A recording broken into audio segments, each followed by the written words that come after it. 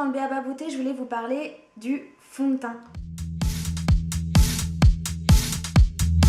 C'est super difficile de trouver le bon fond de teint, déjà parce qu'il y a beaucoup de textures et parce que toutes les textures ne conviennent pas à tout type de peau. Donc je voulais faire juste un récapitulatif qui puisse vous permettre vraiment de cibler le type de fond de teint qui va à votre peau pour éviter tout simplement de se tromper.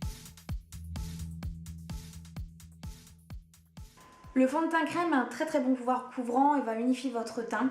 L'avantage, c'est qu'il a on va dire une capacité d'hydratation supérieure aux autres types de fond de teint. Par contre, c'est vrai qu'il faut vraiment le travailler et l'estomper. Il n'est pas super évident à appliquer, on peut vite faire des démarcations. C'est un fond de teint qui correspondrait plus en fait aux peaux sèches ou aux peaux avec des ridules parce que ça va avoir tendance à apporter un fini velouté à votre teint.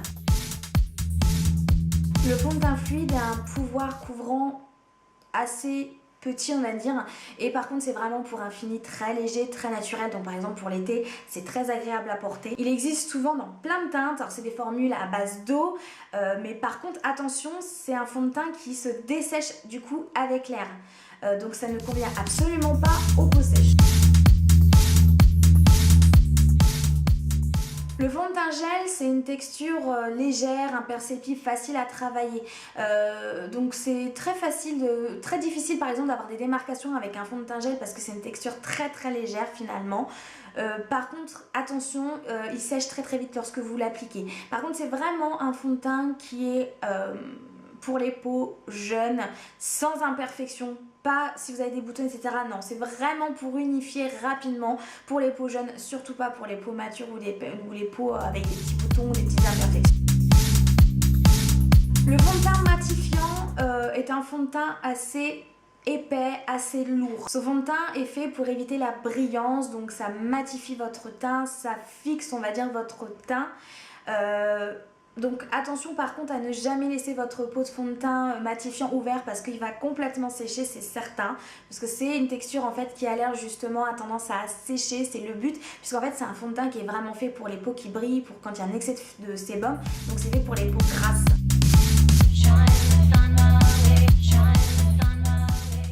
Le fond de teint stick en fait c'est le fond de teint multi-usage. L'avantage c'est qu'il va vraiment dissimuler les imperfections, les petites cicatrices, les petits boutons. Par contre, il convient absolument pas aux peaux mixtes ou aux peaux grasses encore moins parce que si vous avez une zone T, une zone médiane qui brille, il va vraiment rehausser le côté brillant parce qu'il a aucun pouvoir matifiant. Donc c'est vraiment un fond de teint qui convient aux peaux normales, assez. Il est très pratique sur certaines zones du visage juste pour tapoter, pour cacher les imperfections.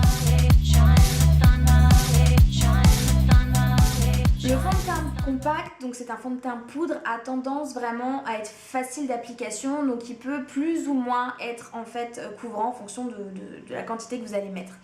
L'avantage c'est que si vous n'avez pas besoin de le poudrer, donc c'est assez rapide, vous n'utilisez qu'un seul produit. Par contre il a vraiment tendance à alourdir votre visage. Donc c'est bien un fond de teint qui ne convient absolument pas aux peaux sèches parce que ça va vraiment accentuer l'inconfort au niveau des tiraillements, etc.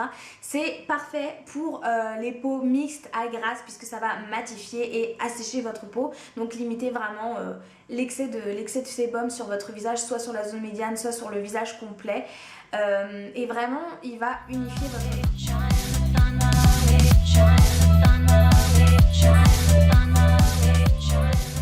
Le fond de teint crème poudré ou mousse, comme on aurait tendance à dire, est un fond de teint vraiment idéal parce qu'il peut camoufler des imperfections tout en restant super simple d'application. Donc c'est vrai qu'il n'est pas du tout difficile d'appliquer un fond de teint mousse sur le visage puisque la texture est très agréable à travailler. Par contre attention, il creuse les ridules, donc surtout pas sur les peaux matures ou sur les personnes qui ont des petites ridules. Ne convient absolument pas du coup aux peaux sèches. C'est vraiment un fond de teint pour les peaux normales, à mixte, absolument pas pour les peaux grasses puisqu'il aura tendance à en plus vous faire briller davantage votre visage. Enfin, vous avez le fond de teint hydratant. Donc le fond de teint hydratant est très léger et donne un fini très naturel. C'est un peu comme une crème teintée, c'est-à-dire qu'il va vous apporter une petite coloration. Voilà, ça va un petit peu colorer votre visage, mais ça va rester très naturel. Le but, c'est quand même d'hydrater votre peau et d'apporter vraiment cette hydratation tout au long de la journée. C'est qu'il ne dissimule ni rougeur ni imperfection. C'est un fond de teint qui convient à tout type de peau. Là, l'avantage, c'est d'avoir une peau unifiée, on va dire, tout en respectant l'hydratation. Une fois que vous avez choisi la formule de votre fond de teint, bien sûr faut pas se tromper sur la couleur parce que du coup là ça servira à rien. Donc une petite astuce concernant la couleur de votre fond de teint. Donc rendez-vous dans votre parfumerie habituelle, vous prenez vous demandez en tout cas 3 échantillons de fond de teint qui en tout cas s'approchent le plus de votre carnation. Les 3 teintes, vous allez les mettre au bout de vos doigts. Vous allez bien sûr avoir le visage totalement démaquillé. Vous allez former 3 bandelettes comme ça de fond de teint sur votre visage. Vous attendez un petit peu, 1 heure, 2 heures, parce que comme vous le savez, les fonds de teint s'oxydent. Donc la couleur a tendance à changer en fonction du pH de votre peau, de l'acidité de votre peau. Et vous regarderez au bout d'1 heure ou 2 heures la couleur finalement qui se rapproche le plus de votre carnation. Vous vous mettez bien sûr à la fenêtre avec un miroir et regardez vraiment le fond de teint du coup qui vous correspondra le mieux. Celui qui vous correspondra le mieux, c'est celui qui sera presque transparent, qu'on ne verra presque plus finalement sur votre peau. Donc pas trop clair, pas trop foncé, vraiment la même couleur que votre peau. Je sais qu'on a toujours tendance à vouloir avoir le teint beaucoup plus foncé et ça, ce n'est pas le rôle du fond de teint. Le fond de teint doit être vraiment de la couleur de votre peau.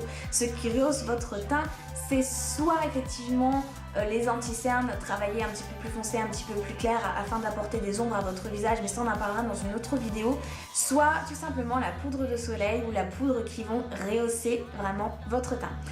Voilà, j'espère avoir été assez claire, j'espère vous avoir apporté un petit peu plus d'informations sur le fond de teint. Si vous avez des questions, bien sûr, c'est en dessous de la vidéo, n'hésitez pas, ou directement sur Facebook ou par mail, hein, vous avez toutes mes coordonnées, je pense que vous avez l'habitude. Tout plein de gros bisous et à la prochaine vidéo.